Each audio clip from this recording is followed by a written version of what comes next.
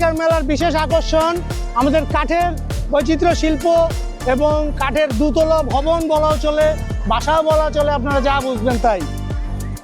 তো কি সুন্দরভাবে এই ঘরটি বানানো হয়েছে। তো আমরা একটু ভিতর থেকে ঘরটি দেখে আসি, সবাই আমার সাথে আসুন।